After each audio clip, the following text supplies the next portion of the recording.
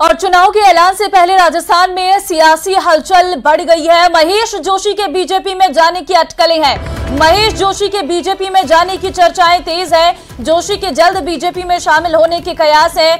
News 18 Rajasthan से बोले महेश जोशी, मेरे बीजेपी में जाने की बातें काल्पनिक। महेश जोशी की तरफ से यह बयान भी दिया गया है।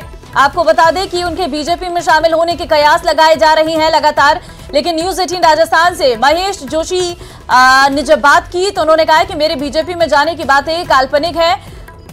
फिलहाल ये अटकलें हैं कि वो भारतीय जनता पार्टी में शामिल हो सकते हैं। देखिए, इससे पहले भी कई बड़े नेता भारतीय जनता पार्टी का दामन थाम सकते हैं और कल भी बताया जा रहा है कि कई बड़े नेता हैं जो भारतीय जनता पार्टी का दामन थाम सकते हैं, जिसमें करण सिंह का नाम भी निकलकर सामने आया है।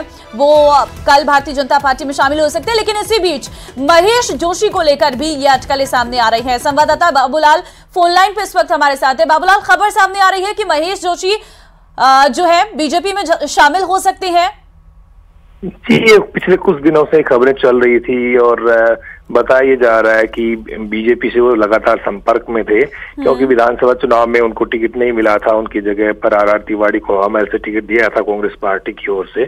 तो उसके बाद में वो घर पर बैठ गए थे। लेकिन अभी क्योंकि लोकसभा का चुनाव सामने आ रहा है, तो जो उनसे जुड़े हुए लोग हैं उनके जरिए खबर आई कि महेश जोशी जो है वो बीजेपी में शामिल हो सकते हैं। उनका भी कई जो नेता हैं जिन्होंने हाल ही में कांग्रेस पार्टी को छोड़ करके और बीजेपी का दामन थामा है, उनसे उनका संपर्क लगातार बना हुआ है। और बीजेपी के भीतर भी एक चर्चा है कि महेश जोशी बीजेपी में आ रहे हैं, लेकिन वो काफी विवादों में रहे हैं। जल जीवन मिशन को लेकर के उनके ऊपर आरोप है, ईडी की कार्रवाइयां उनके ऊपर हुई है। तो ऐसे में बीजेपी उनको अपने भीतर लाकर, अपनी पार्टी में लाकर के और किस तरह का संदेश देना चाहेगी, ये तो देखने वाली बात होगी।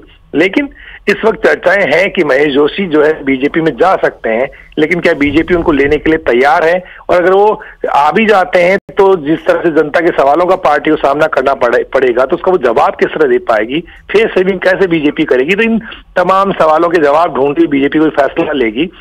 लेकिन इस बारे में जब मैंने बात करी महेश जोशी से अब से कुछ ही दिन पहले, तो उनका यही कहना था कि काल्पनिक सवाल है और मैं फिलहाल जो है कहीं नहीं जा रहा हूं। और ये जो चर्चाएं ये चल रही हैं कई दिनों से, तो फिलहाल उन्होंने इन खबरों का खंडन किया है।